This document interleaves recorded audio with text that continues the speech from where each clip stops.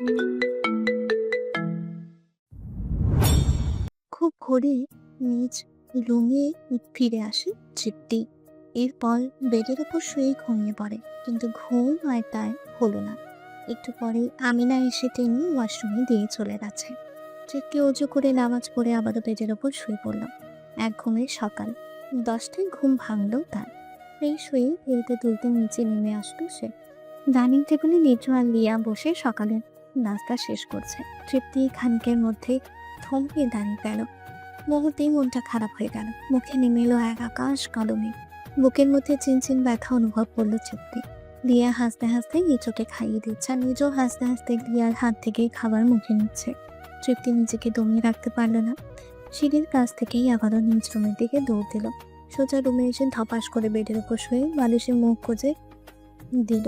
ফুপিয়ে উঠল তৃপ্তি। এদিকে সকালের নাস্তা শেষ করে মিঠু আমিনার কাছে কিচেনে গিয়ে বলল, মম, আমি বেরোলাম।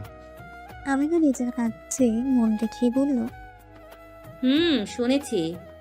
আমিনার কথা শুনে মিঠু কিচেন থেকে বেরিয়ে আসলো। হঠাৎ লিয়া মিঠুর সামনে এসে দাঁড়িয়ে বলল, আমিও তোর সাথে যাব। তোর যাওয়া লাগবে না, বাসায় থাক। মেয়ে মানুষে তো বেশি।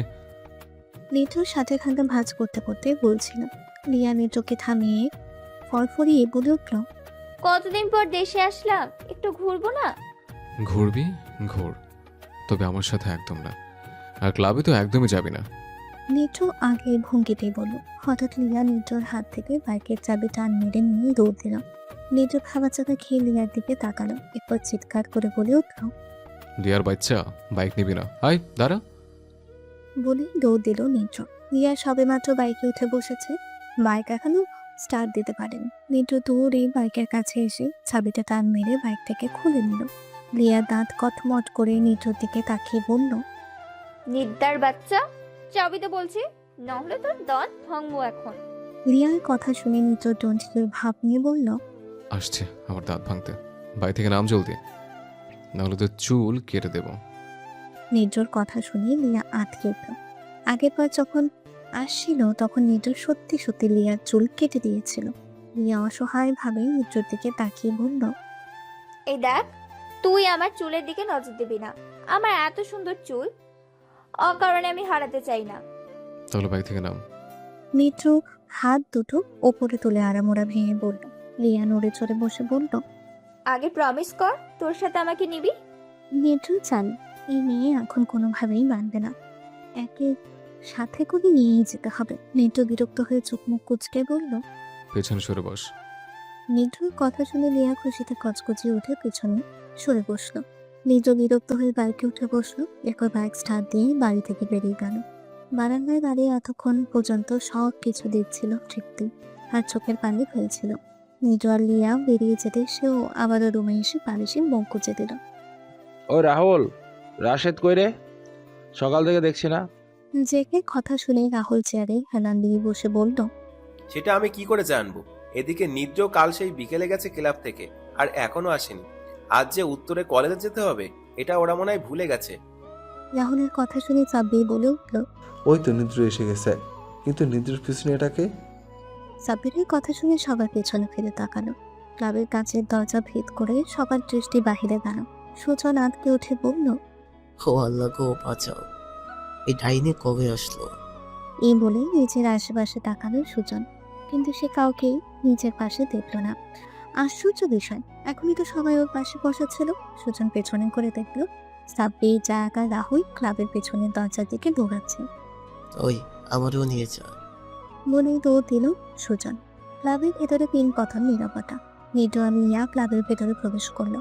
ক্লাবের ভিতরে কাউকে না দেখে লিয়া বলল, ব্যাপার কি? ক্লাবে কেউ নেই কেন? গেল কোথায় সবাই? লিয়ার কথা শুনে নিডু হো হো করে হেসে উঠে বলল, তোর কি মনে হয় তোর মতো ডাইনিকে দেখে কেউ বসে থাকবে? নিশ্চয়ই সব কটা তোকে দেখে পালিয়েছে। নিডুর কথা শুনে লিয়া একটু রাগ হলো। নিডু তাকে ডাইনি বলল? লিয়ার ফসা মুখটা খানিক লাল হয়ে গেল। নিডুর পেটে গুঁতো মেরে ক্লাবের পেছনে দরজার দিকে চলে গেল লিয়া। নিডু বিরক্ত হয়ে একা চেয়ারে বসে পড়ল। এরপর টেবিলের উপর তাকালো। গরম চায়ের কাপ থেকে ধোঁয়া উঠছে। নিডু আবারও হেসে উঠল। সব কয়টা এখানে বসা ছিল। লিয়াকে দেখে সবাই লুকিয়েছে। নিডু বেশ বুঝতে পারছে তবে কতক্ষণ লুকিয়ে থাকতে পারবে নিজেও জানে না, কারণ লিয়া অনেক সাংঘাতিক মেয়ে, গোয়েন্দার মতো ঠিক খুঁজে বের করে নিয়ে আসবে। এদিকে লিয়া ক্লাবের পেছনে দরজার দিকে আসলো। দরজা খুলতেই দেখা মিলল বিশাল আর দেয়ালে। লিয়া দরজা দিয়ে বাহিরে বেরিয়ে দুপাশে তাকালো। ডান দিকে খুব চিপা জায়গা, এখান থেকে বেরোতে অনেক মুশকিল হবে। বাম দিকে জায়গাটা সরু, তবে কিছু ট্রাম রাখা। লিয়া এক পা দুই পা করে ট্রামগুলোর সামনে এসে দাঁড়ালো। ট্রামের একটুখানি ফাঁকা জায়গা দিয়ে চোখ গড়ায় লিয়া। সিল্কি এক মাথা চুল ধরা দিল তার চোখে। লিয়া মুচকি হেসে ফাঁকা জায়গা দিয়ে হাত গলিয়ে চুলগুলো শক্ত করে মুঠো করে টেনে ধরল। সুজন বলে আর্তনাদ করে উঠল। এরপর লিয়ার হাত নিজের 2 হাত দিয়ে ধরল। লিয়া খিলখিলি হেসে উঠে বলল, শালা আমার থেকে লুকাবি? বলেই চুল ধরে টান মারল লিয়া। সুজন তাড়াতাড়ি ড্রামগুলো ধাক্কা মেরে নিজের সামনে থেকে সরিয়ে নিল। লিয়া সুজনের চুল ধরে টেনে নিজের সামনে দাঁড় করালো। এরপর মুখে চওড়া এক হাসি এনে বলল, গার্লফ্রেন্ড কয়টা জোগাড় করেছিস এবার? আরে ভাই, সবাই অনেকদিন পর দেখা হলে কেমন আছো জিজ্ঞেস করে, আর তুমি প্রথমে গার্লফ্রেন্ড কয়টা আছে জিজ্ঞেস করছিস? নিজের মাথা থেকে লিয়া হাত সরিয়ে অসহায়ভাবে বলল সুজন। লিয়া নড়ে চোখে দাঁড়িয়ে বলল, আমি যা বলছি সেটার উত্তর দে। আমি ওভার অ্যাক্টিং পছন্দ করি না। একটাও না। লিয়ার কথা শুনে মাথা নিচু করে বলল সুজন। লিয়া হু হু করে হেসে উঠে বলল, তোর মতো ছেলের গার্লফ্রেন্ড নেই, এটা তুই আমাকে বিশ্বাস করতে বলছিস? লিয়ার কথা শুনে সুজন মাথা তুলে লিয়ার দিকে তাকিয়ে বলল, আমি সত্যি বলছি, 2 বছর আগে তুই ব্রেকআপ করিয়ে দেওয়ার পর আর আমি রিলেশনে যাইনি। লিয়া আবারও হেসে বলল, কেন রিলেশনে যাসনি? দেবদাস হয়ে থাকবি নাকি? লিয়ার কথা শুনে সুজন আবারও মাথা নিচু করে বলল, আসলে তা না, একজনকে মনে ধরেছে, কিন্তু তাকে বলতে সাহস পাইনি, আর এখনো সাহস পাচ্ছি না। তোর বেটা, এটা কোনো কথা বললি? দিলি তো একটা ব্রেকআপের মোড় মাটি করে। কত সুন্দর করে ভেবে এসেছিলাম তোর ব্রেকআপ সবার থেকে ভিন্নভাবে করে দেব, কিন্তু তুই সব মাটি করে দিলি। ওয়েট 1 মিনিট, আমি কি করে বিশ্বাস করব তুই সত্যি বলছিস? এমন তো হতে পারে তুই মিথ্যা বলছিস ব্রেকআপের থেকে বাঁচতে। মাজায় হাত দিয়ে সুজনের দিকে সন্দেহ দৃষ্টিতে তাকিয়ে বলল লিয়া। সুজন মাথা তুলে পকেট থেকে ফোন বের করে লিয়ার দিকে তাকিয়ে বলল, এই না আমার ফোন, দেখ কোনো মেয়ের নাম্বার আছে কিনা। লিয়া টান মেরে ফোনটা হাতে নিয়ে নিল। এরপর কিছুক্ষণ ঘাটাঘাটি করে সুজনকে আবারও ফেরত দিয়ে বলল, তুই হয়তো আমার আগমন দেখে সব ডিলিট করে দিয়েছিস। আমি সত্যি বলছি, আমি কোনো রিলেশনে চাইনি। লিয়ার হাত থেকে ফোন নিয়ে বলল সুজন। লিয়া একটু সময় কিছু ভাবলো, তারপর বলল, কানটা এদিকে নিয়ে আয়, কিছু কথা বলবো। লিয়ার কথা শুনে সুজন আতঙ্কের সাথে বলে উঠল, না না, যা বলো সরাসরি সামনাসামনি বল, তোকে বিশ্বাস নেই, যে কোনো সময় কামড় বসিয়ে দিতে পারিস। সুজনের কথা শুনে লিয়া হো হো করে নিচে উঠে বলল, তেমন কিছু করব না, সত্যি বলছি। কানটা এদিকে নিয়ে আয়, কিছু প্ল্যান বলি তোকে, আমার হেল্প করতে পারবি তুই। যদিও লিয়াকে এখন বিশ্বাস করতে পারছে না সুজন, তবু আমতা আমতা করে কান পেতে দিল। লিয়া ফুসুর ফাঁসুর করে কত কিছু বলল। সুজন লাফ দিয়ে দূরে সরে সোজা হয়ে দাঁড়িয়ে বলল, সত্যি তো? আমি যদি এই কাজে তোকে হেল্প করি তাহলে আমাকে ওটা দিবি? আগের বার কিন্তু আমাকে ধোকা দিয়েছিলি। সুজনের কথা শুনে লিয়া নিজের গলায় হাত দিয়ে চিমটে ধরে বলল, এই প্রমিস করছি এবার তোকে ওটা দিব যদি আমাকে হেল্প করিস। আমি রাজি, আমি রাজি। খুশিতে কচকচি উঠে বলল সুজন। লিয়া এবার আরামোরা ভেঙে বলল, তাহলে বল ওরা সবাই কই? আজ আর ওদের পাওয়া যাবে না, আমরা বরং কাল থেকে প্ল্যান স্টার্ট করি। ওরা 3টা পালিয়ে গেছে। লিয়ার কথা শুনে বলল সুজন। লিয়া কিছুক্ষণ ভেবে বলল, আচ্ছা তাহলে এখন ক্লাবের ভিতরে চল। চল। এই বলে সুজন আর লিয়া ক্লাবের ভিতর চলে আসলো। বিকেল 4টা বাজে। ছাদের রেলিং ধরে উদাস নয়নে দূর আকাশে তাকিয়ে আছে তৃপ্তি। বুকের ভিতরটা কেমন যেন দুমড়ে মুচড়ে যাচ্ছে তার। কান্না করার কারণ চোখ মুখ লাল হয়ে আছে মেয়েটার। আকাশ থেকে চোখ নামিয়ে পাশের গোলাপ গাছটার সামনে এসে দাঁড়ালো তৃপ্তি। এরপর ফুটন্ত একটা গোলাপ হাত দিয়ে ছুঁয়ে অপলকে তাকিয়ে বলল, সে কি আমার হতে পারে না ফুল? আমি যে তাকে ছাড়া থাকতে পারবো না। আমার যে তাকে সব সময় পাশে চাই, এমনটা আমার সাথে কেন হলো ফুল? আমি যে তাকে ছাড়া বাঁচবো না। 3 বছরের দেখা স্বপ্ন আমি কি করে ভেঙে দেব, যার জন্য সব ছেড়ে এই দূর দেশে পাড়ি জমিয়েছি। শেষে আমার তাকে হারাতে হবে। কিন্তু আমি তো জানি সেও আমাকে চায়। তাহলে মাঝখান থেকে কেন বারবার আপদ আসে? কথাগুলো বলে চোখের পানি ফেলতে লাগলো তৃপ্তি। এভাবে আরো কিছু সময় অতিবাহিত হলো। তৃপ্তির গোলাপ গাছটা খুব মনোযোগ দিয়ে দেখছে। গাছটা যেন মৃদু বাতাসে হেলে দুলে তাকে কিছু বলছে। হঠাৎ পেছন থেকে কেউ তাকে জড়িয়ে ধরলো। তৃপ্তি থমথমি খেয়ে তাড়াতাড়ি চোখের পানি মুছল, কারণ মানুষটা তার খুব পরিচিত, যার স্পর্শ চাইলেও কখনো ভুলতে পারবে না তৃপ্তি।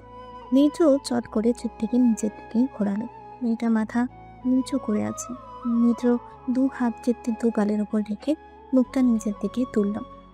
গাল, নাক, চোখ দুটো খানিক লাল হয়ে আছে তৃপ্তির। মিত্র কেমন করে যেন তৃপ্তির দিকে তাকালো। মেয়েটার কি হয়েছে বুঝতে পারছে না মিত্র। কি হয়েছে তোর? এমন দেখাচ্ছে কেন? কিছুটা আতঙ্কের সাথে বলল মিত্র। তৃপ্তি ছলে ছলে চোখে মিত্রর দিকে তাকিয়ে আছে। তৃপ্তির উত্তর না পেয়ে মিত্র বিচলিত হয়ে বলল, কথা বলছিস না কেন? কে তোকে কি বলেছে? কান্না করছিলি কেন? মিত্রর কথা শুনে তৃপ্তি নিজেকে কিছুটা সামলে নিল। এরপর মিত্রর হাত দুটো নিজের গাল থেকে নামিয়ে তৃপ্তি বলল, কেউ আমাকে কিচ্ছু বলেনি। বাম হাতটা কেমন যেন ব্যথা করছিল। নিজের বাম হাত ডলতে ডলতে বলল তৃপ্তি।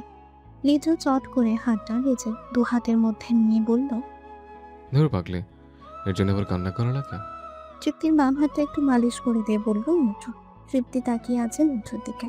মুখে কিছু বলতে পারছে না সে, গলা যেন জড়িয়ে আসছে। মিত্র তৃপ্তির মুখের দিকে তাকালো। তৃপ্তি মাথা নিচু করে নিল। মিত্র তৃপ্তির হাত ছেড়ে দিয়ে আবারও তৃপ্তির 2 গালে হাত রেখে নিজের দিকে মুখ তুলে বলল, আজ সারাদিন তোকে দেখতে পাইনি, দুপুরে খাওয়া টেবিলেও না, তার উপর এখানে এসে কান্না করছিস। হাত ব্যথা করলে আমাকে একটু বলতে পারতি না? তৃপ্তি কিছু বলছে না, শুধু তাকিয়ে আছে। তার সে বলবে কি করে?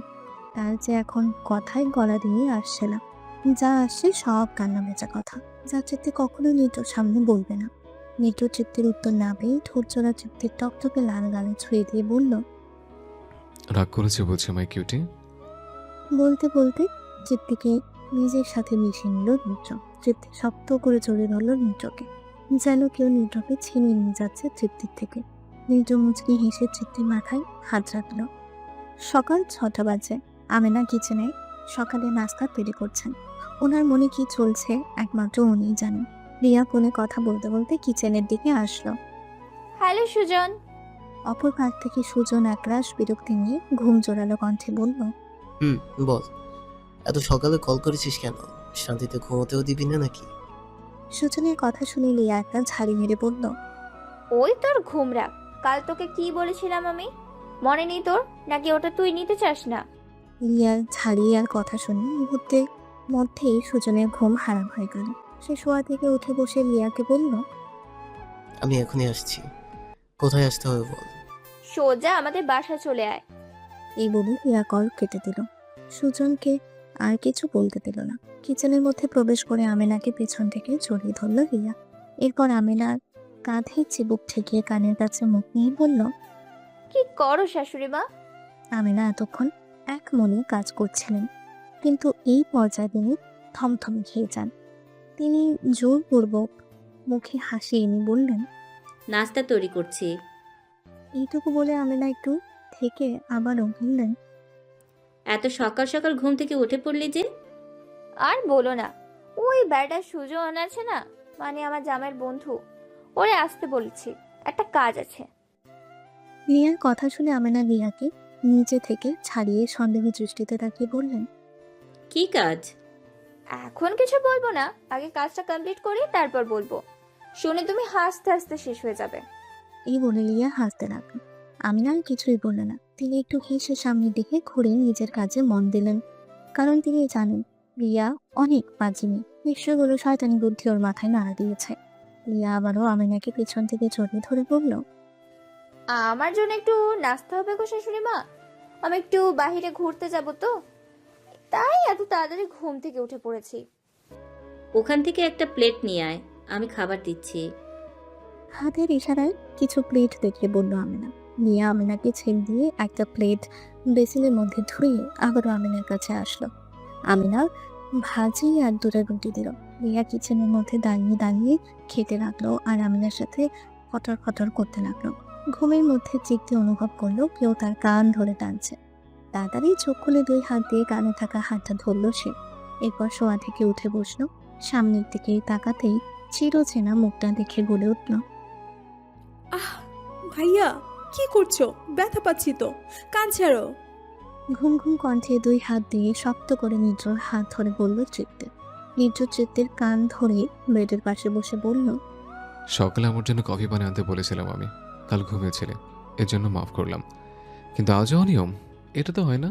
তাড়াতাড়ি চটপট করে আমার জন্য কফি বানিয়ে নিয়ে আয়। আমি এখানে বসলাম। এই বলে তৃপ্তির কান ছেড়ে দিল নির্জ। তৃপ্তি নিজের কান ডলতে ডলতে চোখ গরম করে নির্জর দিকে তাকিয়ে আছে। একটু আদর করে ঘুম থেকে তুললে কি হতো? এভাবে আঘাত দিয়ে তোলার কি আছে? এমনিতেই তো মনটা ভালো নেই।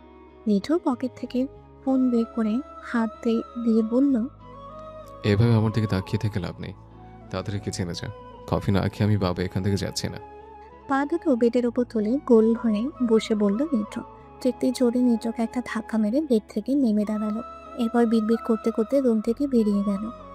একে তো তোকে পাবো না, তার উপর তোর টর্চার। উফ, আমারই উঠে নাও আল্লাহ, আমি আঘাত সহ্য করতে পারবো না। এই বলে লম্বা লম্বা পা ফেলে সিঁড়ির কাছে আসলো তৃপ্তি। এরপর সিঁড়ি বেয়ে নিচে নেমে দেখলো ফরহাদ নিউজ পড়ছে। তৃপ্তি কিচেনের দিকে পা বাড়িয়ে উঁচু গলায় ফরহাদকে বলল। গুড মর্নিং বড় আব্বু। ফরহাদ পেপার সামনে থেকে একটু সরিয়ে তিনিও বললেন। গুড মর্নিং মামনি। এই বলে তিনি আবারও পেপারে মুখ গুজে দিলেন। তৃপ্তি কিচেনের সামনে এসে দাঁড়ালো। আমিনার নাস্তা বানানো শেষ। তিনি এখন ফরহাদের জন্য প্লেটে নাস্তা নিচ্ছেন। তৃপ্তি সোজা কিচেনের মধ্যে প্রবেশ করে। পানি গরম করার জন্য বলল। আমিনা চোখ গোল গোল করে তৃপ্তির দিকে তাকিয়ে বলল, পানি গরম করছিস কেন? কফি বানাবো। তৃপ্তির সোজা সাপটা জবাব। আমিনা একটু বিভ্রান্ত হয়ে তৃপ্তির দিকে তাকালো। ইদানিং মেয়েটার মধ্যে কিছু একটা পরিবর্তন লক্ষ্য করছেন তিনি। আমিনা হাতে থাকা রুটিটা প্লেটে রেখে তৃপ্তির কাছে এসে দাঁড়ালো। এরপর তৃপ্তির কাঁধে হাত রেখে নিচের দিকে ঘুরিয়ে বললেন, ইদানিং কেমন যেন লাগছে তোকে। কি হয়েছে তোর? আমার আবার কি হবে? কিছু হয়নি, তবে হলেও মন্দ হতো না। আমিনার সামনে থেকে সরে এসে কফির গুঁড়োর বয়াম হাতে নিয়ে বলল তৃপ্তি। আমিনা কিছু বলতে যাবে তার আগে তৃপ্তি আবারও বলল, বড় আব্বু মনে হয় নাস্তার জন্য বসে আছে, যাও নাস্তা নিয়ে আসো। তোকে আমি পরে দেখছি বাদর মেয়ে। এই বলে আমিনা নাস্তার প্লেট হাতে নিয়ে কিচেন থেকে বেরিয়ে গেলেন। তৃপ্তি কফি বানিয়ে বিড়বিড় করতে করতে আবারও নিজের রুমে আসলো। নিটো বেডের ওপর শুয়ে ফোন চাপছে। তৃপ্তি বেডের পাশে ছোট টেবিলে কফির কাপ রেখে ওয়াশরুমের দিকে যেতে যেতে নিটোকে উদ্দেশ্য করে বলল, কফি খেয়ে তাড়াতাড়ি নিচে যাও, বড় আম্মু নাস্তা খেতে রাখছে। নিজের চুলগুলো হাত দিয়ে মুছড়ে খোবা করে ওয়াশরুমের দরজা ঠাস করে লাগিয়ে দিল তৃপ্তি। নিটো শুধু তাকিয়েছিল তৃপ্তির দিকে। তৃপ্তির এমন ব্যবহার নিটো হজম করতে পারছে না। এই মেয়ে বড়দের মতো কথা বলতে কবে শিখলো? রহস্য লাগছে নিটোর কাছে। ফোন পকেটে করে কফির কাপ হাতে নিয়ে তৃপ্তির রুম থেকে বেরিয়ে আসলো নিটো। দেখ, আমি এখন ওর পাশে চুপ করে শুয়ে পড়বো, তুই ক্লিক ক্লিক করে ফটো তুলে নিবি। সাবিরের বেডরুমের দরজার সামনে দাঁড়িয়ে লিয়া ফিসফিস করে সুজনকে বলল। সুজন শুকনো ঠোক গেলে মাথা নাড়ালো। লিয়া ধীর পায়ে সাবিরের বেডের পাশে এসে দাঁড়ালো। এরপর আস্তে করে বেডের ওপর উঠে সাবিরের পাশে শুয়ে পড়ল। সুজন তাড়াতাড়ি সাবিরের মাথার পাশ থেকে সাবিরের ফোন নিয়ে নিল। এরপর খুব সাবধানতার সাথে সাবিরের ফিঙ্গার প্রিন্ট দিয়ে ফোনের লক খুলে নিল। বেচারা সাবির অঘোর ঘুমে তলিয়ে আছে। সুজন কয়েকটা পিক তুলে নিল। লিয়া বিভিন্ন স্টাইলে পিক তুলল। এরপর সুজন ইকরার নাম্বারে হোয়াটসঅ্যাপে সব ফটো সেন্ড করে দিল। অতঃপর বেচারা সাব্বিরের বাসা থেকে বেরিয়ে আসলো লিয়া আর সুজন। লিয়া বেচারার সাব্বিরের কপাল পুড়ল এবারও। সুজনের কথা শুনে লিয়া হাহা করে হেসে উঠল। এরপর রাহুলের বাসার দিকেই রওনা দিল লিয়া আর সুজন। ফোনের আওয়াজ জোরে জোরে বাজতে লাগলো সাব্বিরের কানের পাশে, কারণ সুজন ফোনটা সাব্বিরের কানের পাশে রেখে গেছে। সাব্বির ঘুম ঘুম চোখে ফোন হাতে নিয়ে কল রিসিভ করলো। কানে ফোন লাগাতেই ইকরার কান্না ভেজা কথা ভেসে এলো। ইউ চিটার, তোকে বিশ্বাস করে ভুল করেছি আমি। আমার আগেই ভাবা উচিত ছিল তোদের মতো লম্পট ছেলেরা কখনো মেয়ের মন বুঝে না, যাকেই বেটার দেখে তার পেছনেই লেগে পড়ে। ভালো থাকিস তুই তোর লাঙ্গিনি নিয়ে। এই ইকরা, তোকে আর ডিস্টার্ব করবে না, বাই। শালা লুচ্চা, ব্রেকআপ তোর সাথে। কান্না করতে করতে কথাগুলো বলে কল কেটে দিল ইকরা।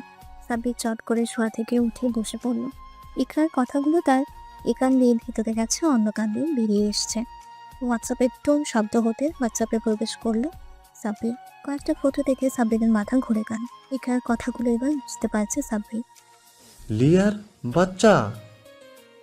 রুমের দরজার দিকে তাকিয়ে চিৎকার করে উঠল সাব্বির। বাহ সুজন, রাহুলের ঘুমানোর স্টাইল তো সেই। এই বেটা বউ সামলাবে কি করে ভাই? এক রাতেই তো এর বউ একে ডিভোর্স দিয়ে দেবে।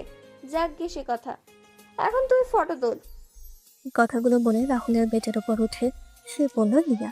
এরপর রাহুলের বুকের ওপর আলতো করে মাথা রাখলো। সুজন রাহুলের ফোন খুঁজতে লাগলে কিন্তু ফোন পাচ্ছে না।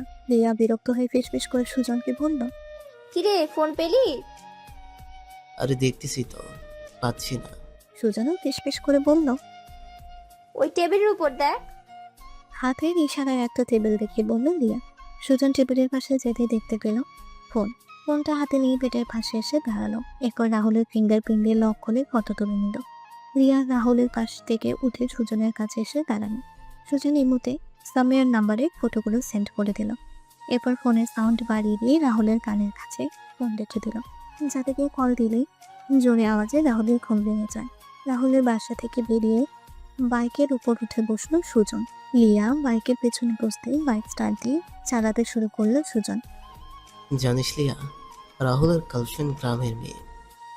বাইক চালাতে চালাতে বলল সুজন। লিয়া পেছন থেকে বলে উঠল, তাহলে তো আরো ভালো। গ্রামের মেয়েরা ইনোসেন্ট হয় খুব, এরা ইমোশনাল বেশি দেখায়। লিয়া কিছুটা হেসে বলল। সুজন আবারও বলে উঠল, রাহুলের কপাল পড়ল ভাই। তাই? হুম। আচ্ছা, এখন তুই তাড়াতাড়ি বাইক চালা, জ্যাকের বাসায় যেতে হবে। ওই শালা ঘুম থেকে জেগে গেলে কিচ্ছু করতে পারবে না। এমনিতেই শালাকে দেখলে আমার ভয় লাগে। লম্বা লম্বা দাড়ি, লাল লাল চোখ, তো ভেবেই ভয় করছে। তুই তাড়াতাড়ি বাইক চালা, আমি বেশি ভয় পেয়ে যাওয়ার আগে। সুজনের কাঁধে হাত দিয়ে একটু নাড়া দিল, বলল লিয়া। ওকে। এই বলে একটু হেসে সুজন বাইকের স্পিড বাড়িয়ে দিল। তোর মন পাড়ায় থাকতে দে আমার গানটা জোরে জোরে বাজতে লাগলো রাহুলের কানের কাছে। রাহুল বিরক্তিতে চোখ মুখ কুচকে ফোন হাতে দিল। ফোন না দেখিয়ে রিপিট করে কানে ধরলো। আমি বলেছিলাম তুমি আমাকে ভুলে যাবে, কিন্তু তুমি বলেছিলে আমাকে ভুলবে না। কিন্তু এখন এটা কি করলে তুমি? যে আমার থেকে বেশি সুন্দরী দেখা পেলে অমনি আমাকে ভুলে গেলে। কি দোষ করেছি আমি রাহুল? কেন আমাকে এভাবে ঠকালে?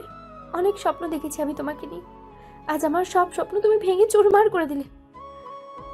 যাকে কাল রাতে অনেক মজার সাথে কাটিয়েছো, তাই না?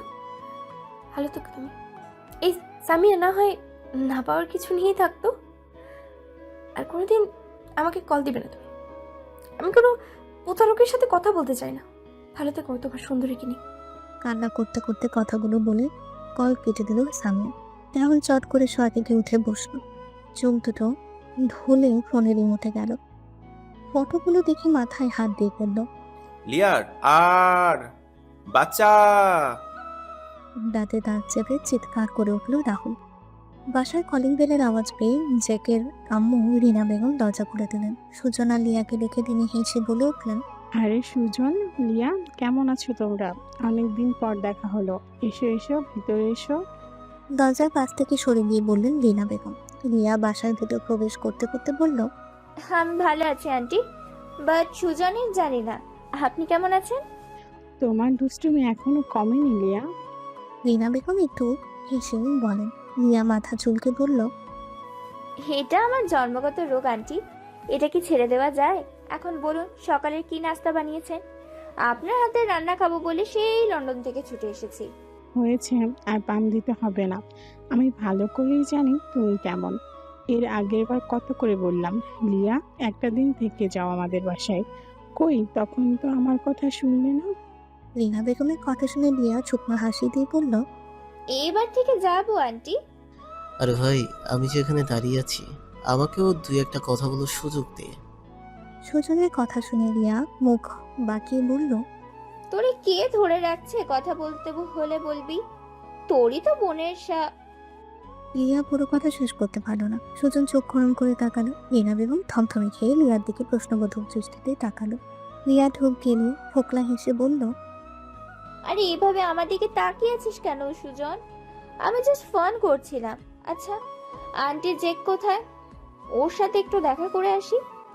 রিনা বেগম জোরে নিঃশ্বাস ছেড়ে হাতের ইশারা করে বললেন, ওটা ওর রুম, ওখানে জ্যাক ঘুমোচ্ছে। আচ্ছা, তোমরা ওকে জাগিয়ে দাও, আমি তোমাদের জন্য নাস্তার ব্যবস্থা করছি। রিনা বেগমের কথা শুনে সুজন বলল, আঙ্কেল কোথায় আন্টি? তোমাদের আঙ্কেল কাজের জন্য দেশের বাইরে গেছে। আচ্ছা আন্টি, আমরা জেকের রুমে যাচ্ছি। আপনি আমার জন্য দুটো পরোটা ভাজিয়ে। রিয়া এই বলে সুজনের হাত ধরে টেনে জ্যাকের রুমে নিয়ে আসলো। রিনা বেগম হেসে উঠে রান্নাঘরের দিকে চলে গেলেন। জ্যাকের রুমে এসে সুজন আর রিয়া দেখলো জ্যাক পড়ে পড়ে ঘুমাচ্ছে। এক পা বেডের পাশে ঝুলে আছে, আরেক পা বেডের উপরে।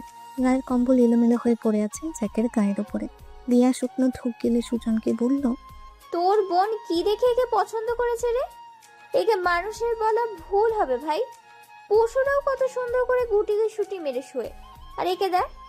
সাব্বির আর রাহুল তবু মোটামুটি ঠিক আছে, আর এই শালা তো একবারে জঘন্য। তোর বোন সারা জীবন কি করে কাটাবে এই উটকো বাদরের সাথে?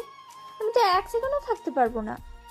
রিয়ার কথা শুনে সুজন চোখ গরম করে তাকিয়ে বলল, দেখ লিয়া, উল্টাপাল্টা কথা বলবি না। একে আমি বোনকে কষ্ট দিতে যাচ্ছি শুধু তোর জন্য, আবার তুই উল্টাপাল্টা কথা বলছিস। আমার জন্য না, তুই যেটা আমার থেকে চাইবি সেটার জন্য। রিয়া মাথায় হাত দিয়ে জ্যাকের দিকে তাকিয়ে বলল। সুজন রহস্যই হাসি দিয়ে বিড়বিড় করে বলল, সময় হলে বুঝবি আমি কি চাইবো তোর কাছে। ওই কি বিড়বিড় করছিস? আর কাজ শেষ কর, তারপর যত কথা। এখন ফোনের লক খোলাগে। জ্যাকের মাথার পাশ থেকে ফোন হাতে নিয়ে সুজনের দিকে বাড়িয়ে বলল রিয়া। সুজন ভ্রু কঞ্চন করে লিয়ার হাত থেকে ফোন নিল। এরপর জ্যাকের হাতে ফিঙ্গারপ্রিন্ট ট্রাই করলো, কিন্তু হলো না। ওই লিয়া হচ্ছে না, ফোনে লক খুলছে না। সুজনের কথা শুনে লিয়া ভাবনার মাঝে পড়ে গেল। কিছুক্ষণ এদিক ওদিক হেঁটে বলল রিয়া, পায়ের ফিঙ্গারপ্রিন্ট দিয়ে চেষ্টা কর। ওই বলে রিয়া দাঁত দিয়ে হাতের নখ কাটতে লাগলো। সুজন রিয়ার কথা মতো চেষ্টা করলো। বাহ, সকল হলো। রিয়া খুশিতে লাফিয়ে উঠে বলল, দেখলি আমার বুদ্ধি? জেক বাবাজি বুদ্ধির থেকে কম নাকি আমার বুদ্ধি? নে এবার ফটো তোল। এই বলে রিয়া সাবধানে বেডের ওপর উঠে জ্যাকের পাশে শুয়ে পড়ল। সুজন ক্লিক ক্লিক করে ফটো তুলে হোয়াটসঅ্যাপে তার বোনের নাম্বারে পাঠিয়ে দিল। এরপর লিয়া সহ জ্যাকের রুম থেকে বেরিয়ে আসলো। ডাইনিং টেবিলে বসে লিয়া সুজনকে বলল, তোর কি মনে হয় তোর বোন এখন ঘুম থেকে উঠে গেছে? কেন, তোর কি ভয় হচ্ছে? আরে ভয় পাস না, আমার বোন ঘুম থেকে আরো 1 ঘন্টা পর উঠবে। ততক্ষণে আমরা নাস্তা শেষ করে এখান থেকে যাওয়া হয়ে যাবে, তোর হয় নেই। লিয়ার কথা শুনে হেসে উঠে বলল সুজন। লিয়া হাতের আঙুলগুলো এলোমেলো ভাবে ডাইনিং টেবিলের ওপর নাড়িয়ে জ্যাকের রুমের দিকে তাকিয়ে বলল, বামের গুহায় বসে আছি ভাই, আর তুই বলছিস ভয় পাবো না? কাজও তো থাবা খাওয়ার মতো করেছি, তাই না? একবারে পাখির ঘুম থেকে জেগে উঠলে থাবা নিশ্চয়ই মারবে। লিয়ার কথা শুনে সুজন হেসে উঠল। রিনা বেগম এসে নাস্তা দিয়ে গেল সুজন আর লিয়াকে। নাস্তা শেষ করে রিনা বেগমের কাছ থেকে বিদায় নিয়ে জ্যাকের বাসা থেকে বেরিয়ে আসলো লিয়া আর সুজন। বাসা থেকে বেরিয়ে লিয়া সুস্থির নিঃশ্বাস ছেড়ে সুজনের দিকে তাকিয়ে ক্যাবলা হাসি দিয়ে বলল, ভাবছিলাম ভাই, এবার রাশেদের পালা। চল রাশেদের বাসায়। লিয়ার কথা শুনে সুজন বলল, লাভ নেই, ওই শালাও আমার মতো সিঙ্গেল। তবে এখানে একজনের জন্য আসছে ও, মূলত ওর জন্য আমাদের এখন দেশে আসা, না হলে আমরা আরো কয়েকদিন পর আসতাম। তাহলে এখানে দাঁড়িয়ে থেকে লাভ নেই, বাঘের গুহার সামনে দাঁড়িয়ে থেকে কি লাভ? চল পালাই এবার। সুজনকে টেনে বাইকের উপর বসতে বলল লিয়া। সুজন বাইকের উপর বসতে লিয়াও পেছনে উঠে বসলো। অতঃপর পালানোর পালা। ফোন বেজে চলেছে তো চলেইছে, কিন্তু জ্যাকের কোনো হুঁশ নেই। রিনা বেগম বকতে বকতে জ্যাকের রুমে আসলেন। এরপর 2-3টা চড় মেরে জ্যাককে ঘুম থেকে তুলে ফোন ধরতে বললেন। জ্যাক সকাল সকাল রিনা বেগমের এমন রিয়াক্ট হজম করে ফোন রিসিভ করে কানে ধরলাম। ওই ছাড়ার বাচ্চা, আমি কোন দিক দিয়ে দেখতে খারাপ ছিলাম রে? যে আমার সাথে এমন করলি তুই? কি ভুল করেছি আমি যার জন্য এমন করলি আমার সাথে? খুন করব তোকে আমি, ছাড়বো না আমি কাউকে। তোর রক্ত চুষে খেয়ে তবেই আমি মরবো, বাঁচতে দেব না তোকে। আমি আসছি বাংলাদেশে, তুই মরার জন্য তৈরি হয়ে থাক ছাড়া। আর তোর সাথে যে ডাইনি আছে ওকেও বলে দিস আমি আসছি ওকে বিধবা বানাতে। কামড়ে ঘাট থেকে মাথা আলাদা করে দেব তোর। আমি আসছি। কান্না করতে করতে রাগ থরথর করে কাঁপতে কাঁপতে কথাগুলো বলে কল কেটে দিল সাথী। যা খাবলার মতো বসে গেল, কিছুই বুঝতে পারলো না সে। কিছুক্ষণ পর হোয়াটসঅ্যাপে টুংটাং আওয়াজ হলো। যাক হোয়াটসঅ্যাপে ঢুকে মাথায় হাত দিয়ে ফেললো। মুহূর্তের মধ্যে সব ঘুম হারাম হয়ে গেল যাকে। তাড়াতাড়ি বেড থেকে নেমে রিনা বেগমের কাছে এসে চ্যাট জিজ্ঞেস করলো। মম, লিয়া কি এখানে আসছিল? রিনা বেগম নিজের কাজে মন দেখিয়ে বললেন, আসছিল, এসে নাস্তাও করে গেছে। তুই তো পড়ে পড়ে ঘুমাচ্ছিলি। রিনা বেগমের কথা শুনে যাক চিৎকার করে বলে উঠল, তুমি ওকে বাসার মধ্যে ঢুকতে দিলে কেন মম? এখন আমার কি হবে? এবার আমার আর রেহাই নেই। সিঙ্গেল লাইফ আমার মার্ডার হলো রে, আর শান্তিতে বাঁচতে পারবো না। লিয়ার বাচ্চা! এই বলে হনহনিয়ে আবারও নিজের রুমে চলে আসলো যাক। রিনা বেগম কেঁপে উঠে চুপসে দাঁড়িয়ে। পার্কের মধ্যে বেঞ্চের উপর বসে ফুচকা খাচ্ছিল লিয়া। সুজন পাশে বসে বাদামের খোসা ছিলে খাচ্ছে। লিয়া একটা ফুচকা মুখে পুরে চোখ বুজে বলল, সেই রকমের ফিলিংস দুজন। মিস করছিলাম অনেক এটাকে। আমার টেনশনে মাথা ফেটে যাচ্ছে, আর উনি ফুচকার ফিলিংসে মজা নিচ্ছেন। সুজন বাদাম চিবোতে চিবোতে একজোড়া কাপলের দিকে তাকিয়ে বিড়বিড় করে বলল। তবে লিয়ার কানে কথাটা পৌঁছে গেল। লিয়া চোখ খুলে সুজনের দিকে এক পলক তাকালো। এরপর নিজের সিনা দিয়ে সুজনের সিনায় ধাক্কা মেরে বলল, আরে চাপ নিস না, আমি আছি তো। শুধু এদের থেকে কয়েকদিন লুকিয়ে চলতে হবে, কয়েকদিন পর সব ঠিক হয়ে। কথাটা শেষ করে আর একটা ফুচকা মুখে পুরে নিল লিয়া। সুজন অসহায় দৃষ্টিতে তাকালো লিয়ার দিকে। হঠাৎ সুজনের ফোনে টুংটাং শব্দ হলো কয়েকটা। সুজন ফোন হাতে নিয়ে দেখলো কয়েকটা মেসেজ আসছে হোয়াটসঅ্যাপে। সুজন হোয়াটসঅ্যাপে প্রবেশ করার আগেই কল আসলো। সুজন চোখ গোল গোল করে ফোনের স্ক্রিনে তাকালো। সখী নামটা স্পষ্ট জলজল করছে ফোনের স্ক্রিনে। লিয়া আর চোখে ফোনের দিকে একবার তাকিয়ে মুচকি হেসে বলল, তোর বোন কল করেছে, এভাবে তাকিয়ে থাকার কিছু নেই, কল রিসিভ কর। আর হ্যাঁ, লাউড স্পিকারে দে, শুনি তোর বোনের রিয়াক্ট। লিয়ার কথা শুনে সুজন আবারও অসহায় দৃষ্টিতে তাকালো লিয়ার দিকে। এরপর আবারও ফোনের দিকে তাকিয়ে আমতা আমতা করে কল রিসিভ করলো। সাথে সাথে সাথীর কান্না ভেসে এলো। সুজন নিজেকে স্বাভাবিক করার চেষ্টা করে বলল, কি কি হয়েছে সাথী? কান্না করছিস কেন? সুজন কিছুটা আমতা আমতা করে বলে সাথী হেঁচকি তুলে বলল, আমার সব শেষ দাদা ভাই। যে আমাকে ধোকা দিয়েছে, আমার সাথে প্রতারণা করেছে সে দাদা ভাই। কিন্তু তুমি তো বাংলাদেশে, ওকে কিছু বললে না তুমি? তোমার তো সব জানা কথা, তুমি ওকে বাধা দাওনি? তোমার না বন্ধু সে? সাথীর কথা শুনে সুজন কি বলবে বুঝতে পারছে না। না মানে সুজনের এমন আমতা আমতা কথা সাথীর গায়ে লাগলো।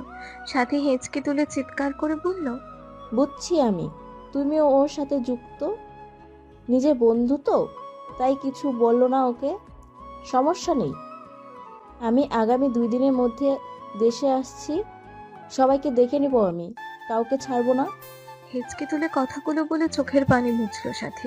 এরপর সুজনকে কিছু বলার সুযোগ না দিয়ে কল কেটে দিল। সুজন শুকনো ঢোক গিলে ফোনের দিকে তাকিয়ে রইল। লিয়া এতক্ষণ সব শুনছিল। এই পর্যায়ে লিয়া হে হে করে হেসে উঠে বসলো। তোর বোন তো দেখছি বেশ জেদি। ওই শালা জেকের মধ্যে কি দেখলো তোর বোন যে আমি পাগল হয়ে যাচ্ছে ওর জন্য? যাক ভালোই হলো, এবারও দেশে আসলে জেকের সাথে বিয়ে দিয়ে দেবো। আমার বোনকে তুই জানিস না, ও আমার উপরে পর্যন্ত হুকুম খাটায়। বাসার কেউ ওর উপরে কথা বলতে পারে না, বললেই বাসার সব জিনিস ভেঙে করিয়ে দেয়। হোয়াটসঅ্যাপের মেসেজগুলো দেখার জন্য হোয়াটসঅ্যাপে প্রবেশ করতে করতে বলল সুজন। লিয়া মুখ বাঁকিয়ে ফুচকা খাওয়ায় মন দেয়। হোয়াটসঅ্যাপের সাথীর চ্যাট লিস্টে কয়েকটা ফটো দেখলো সুজন। প্রিয় মানুষটির অন্য কারো পাশে শুয়ে আছে, কিন্তু এই ছবিগুলো সুজনেরই তোলা। সুজন মনে মনে বলে উঠল, যদি সে আমার না হয় ঠিক এমনভাবে যদি সে অন্য কারো বুকে চলে যায়, তখন আমি কি করব? আমি তাকে ছাড়া কি করে বাঁচব? তাকে যে এখনো বলা হয়নি কতটা ভালোবাসি তাকে। মনে মনে কথাগুলো বলে ফোনের দিকে তাকিয়ে রইল সুজন। বুকের ভিতর কেমন যেন জ্বলে উঠল সুজনের, আবার ভয় লাগতে শুরু হলো। এই ভয় প্রিয় মানুষটিকে হারানোর। বুকের ভিতর কু করে ডেকে উঠল সুজনের। হঠাৎ লিয়ার ধাক্কায় যেন ধ্যান ভাঙলো তার। ওই ফোনের দিকে এমন মনোযোগ দিয়ে কি দেখছিস? আরে বেটা, আমার এক জেকের ফটো, যেটা তুই তুলেছিস আর বোন পটিয়েছে। সুজন চমকে উঠে হোয়াটসঅ্যাপ থেকে বেরিয়ে আসলো। এরপর লিয়ার দিকে তাকিয়ে বলল। তোর খাওয়া শেষ কর তাড়াতাড়ি। সুজনের কথা শুনে লিয়া মুখ বাঁকিয়ে আবারও ফুচকা খাওয়ায় মন দিল। সুজন অন্যদিকে তাকিয়ে নীরবে প্রশান্তির নিঃশ্বাস ছাড়ল। বেলা 4টা বাজে। আমিনা সমানে কল করে যাচ্ছে লিয়াকে, কিন্তু লিয়া ফোন তুলছে না। আমিনার প্রচন্ড বিরক্তি, আবার টেনশন হচ্ছে। মেয়েটা সেই সকালে বাসা থেকে বেরিয়েছে, এখনো ফেরেনি। নিদ্র আমিনাকে টেনশন করতে নিষেধ করছে। নিষেধ করে নিদ্র বেরিয়ে গেছে লিয়ার খোঁজে। এদিকে তৃপ্তি নিজ রুমে বসে সামিয়ার সাথে ফোনে কথা বলছে। সামিয়া কাঁদতে কাঁদতে তৃপ্তিকে বলল। দেখ তৃপ্তি, আমি আর কোনোভাবেই কাউকে বিশ্বাস করব না। তুই আমাকে রাহুলের হয়ে কথা বলতে আসবি না। সামিয়ার কথা শুনে তৃপ্তি সামিয়াকে শান্ত করার জন্য বলল। আমার কথা শুন সামিয়া, রাহুল ভাইয়া এমন না। আচ্ছা, তুই আমাকে ফটোগুলো সেন্ড করতো। সামিয়া তৃপ্তির কথা শুনে চিৎকার করে বলে উঠল। ওর এই নোংরা ফটো আমি তোকে দেখাতে পারবো না। মেয়েটা ওর বুকে মাথা রেখে শুয়ে আছে। আমার খুব কষ্ট হচ্ছে তৃপ্তি, নিঃশ্বাস নিতেও কষ্ট হচ্ছে আমার। Samia, relax, cool down. এমনটা স্বাভাবিক হয়ে থাকে। মানুষ যাকে ভালোবাসে তাকেই যে পাবে এমনটা তো নয়। কিন্তু আমি এটা বিশ্বাস করতে পারছি না রাহুল ভাইয়া এমন করবে। আমি ভাইয়াকে ভালো করে বুঝেছি এখানে এসে। তৃপ্তি কিছুটা সান্ত্বনা সুরে কথাগুলো বলল। সামিয়া নিজের চোখের পানি মুছে বলল। আমি জানি না তুই কোন বিশ্বাসে রাহুলের কথা বলছিস, তবে আমি তোকে সাফ জানিয়ে দিচ্ছি, রাহুলের বিষয়ে তুই যদি আর একটা কথা বলিস তাহলে আমি তোর সাথে আর কথা বলা বন্ধ করে দেবো। লাগবে না আমার কারণ, আমি একাই ঠিক থাকতে পারবো। বেস্ট ফ্রেন্ড বয়ফ্রেন্ড কিচ্ছু লাগবে না আমার। সামিয়ার কথা শুনে তৃপ্তি অসহায়ভাবে ফোনের স্ক্রিনে সামিয়ার দিকে তাকিয়ে বলল। আমাকে দূরে ঠেলে দিচ্ছিস? ওকে, আমি আর রাহুল ভাইয়ের কথা বলবো না। এখন সব বাদ। আচ্ছা, নিতু ভাই কি বুঝতে পেরেছে কিছু? চোখের পানি মুছে সরু চোখে ফোনের স্ক্রিনে তৃপ্তির দিকে তাকিয়ে বলল সামিয়া। সামিয়ার কথা শুনে তৃপ্তি ডান হাত দিয়ে নিজের ঘাড় ডলতে ডলতে বলল। না, এখনো কিছু বুঝতে পারিনি, তবে জানি না সামনে কি হবে, আর কতদিন এভাবে থাকতে হবে। তৃপ্তির কথা শুনে সামিয়া ফোন থেকে মুখ সরিয়ে অন্যদিকে তাকিয়ে বলল। তুই এটা আমাদের আগে বলিসটি কেন? জানিস মিম কত কষ্ট পেয়েছে।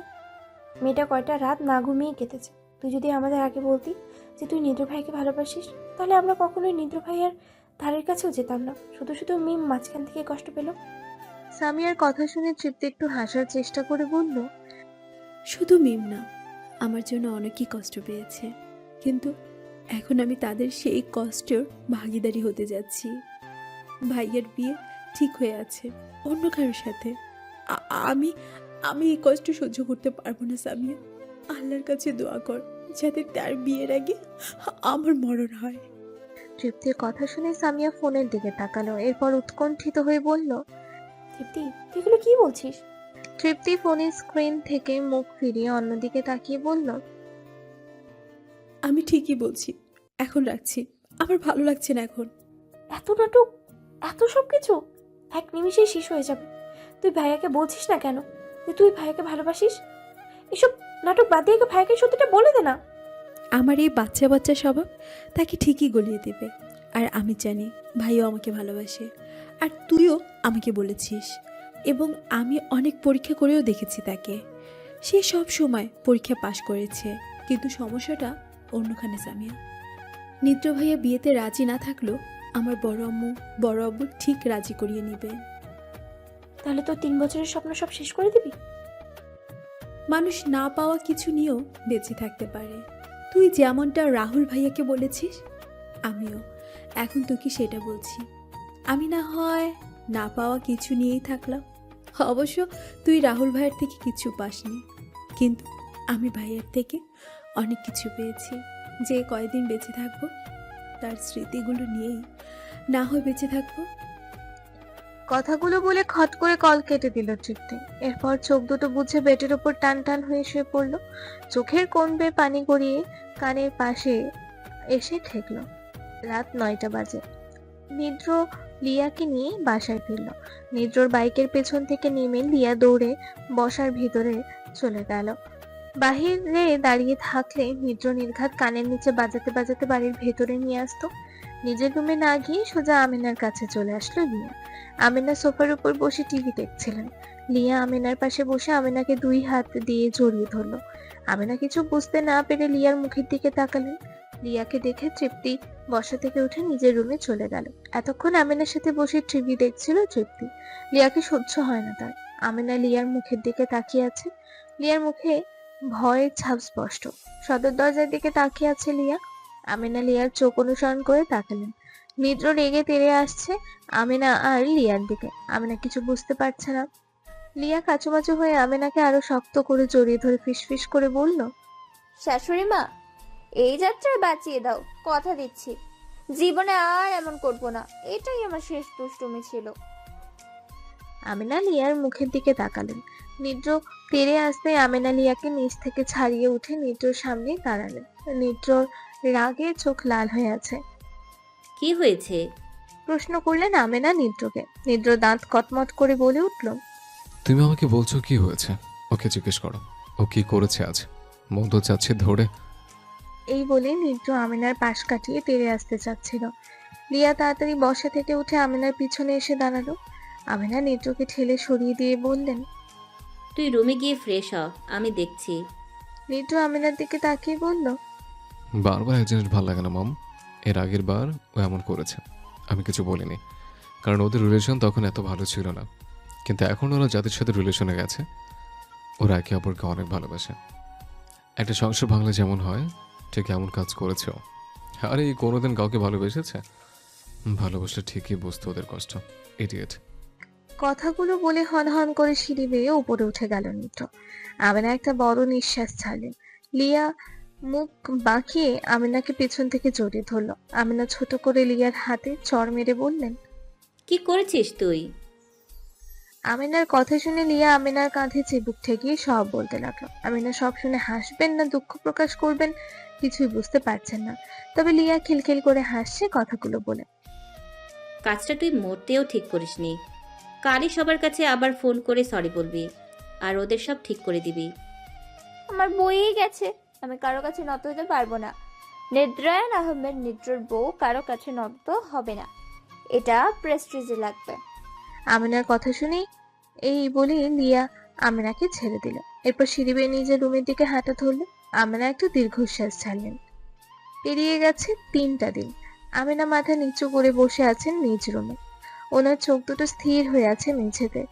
রুমে থাকা সিঙ্গেল সোফার উপর বসে ফরহাদ তীক্ষ্ণ দৃষ্টিতে তাকিয়ে আছে আমিনার দিকে। আমিনার থেকে একটু দূরে দাঁড়িয়ে থাকা লিয়ার চোখ দিয়ে গল গল করে পানি পড়ছে। আমিনার স্তব্ধতা লিয়া মেনে নিতে পারছে না। খুব চেঁচিয়ে উঠল লিয়া, যদিও কি আমার সাথে বিয়ে নাই দেবে, তাহলে প্রমিস করেছিলে কেন?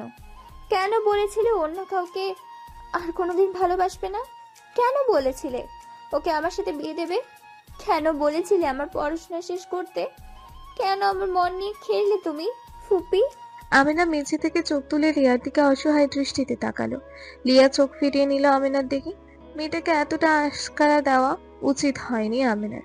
এজন্যই মানুষ বোধহয় বলে সময়ের সাথে সবকিছু পাল্টে যায়, সময় মোতাবেক সিদ্ধান্ত নিতে হয়। অসময় সিদ্ধান্ত নিলে পরে ভুগতে হয়। ফরহাদ শান্ত কণ্ঠে বলে উঠল, এসব কি হচ্ছে আনু? আমিনা ফরহাদের দিকে অসহায় দৃষ্টিতে তাকালো। ফরহাদ বসা থেকে উঠে লিয়ার কাছে আসলো। এরপর লিয়ার মাথায় হাত বুলিয়ে বলল, কি হয়েছে মামুনি? আমাকে সব খুলে বল, আমি কিছু বুঝতে পারছি না। ফরহাদের আদর মাখা কথা শুনে লিয়ার কান্নার বেগ বেড়ে গেল। ফুপিয়ে ফুপিয়ে বলে উঠল লিয়া, আজ সকালে যখন আমি বাসা থেকে বেরিয়ে নিদ্রদের ক্লাবে যাই, তখন সাব্বির আমাকে বলল নিদ্র আর তৃপ্তি রিলেশনের কথা আমি জানি কিনা। কথাটা শুনে আমার মাথায় যেন আকাশ ভেঙে পড়লো। আমি সাব্বিরের দিকে ক্ষুদ্র দৃষ্টিতে তাকিয়ে বলি, একদম ঝাঁজে কথা বলবি না। কিন্তু সাব্বির অবাক হলো মনে হয় আমার রাগ হওয়ায়। পরে সাব্বির আমাকে নিদ্রর সাথে কথা বলতে বললো এই ব্যাপারে। আমার মাথায় প্রচন্ড রাগ ছিল। আমি সোজা আমার বাসায় এসে নিদ্রকে ব্যাপারটা জিজ্ঞেস করি। নিদ্র প্রথমে আমতামতা করলেও পরে স্বীকার করে আমার দুনিয়াটা যেন থমকে গিয়েছিল। মানে হচ্ছিল জীবনটা দিয়ে সেই ফুপা। কথাগুলো বলে টুকরে কেঁদে উঠল লিয়া। ফরহাদ আমিনার দিকে তাকালেন। আমিনা মাথা নিচু করে নিলেন।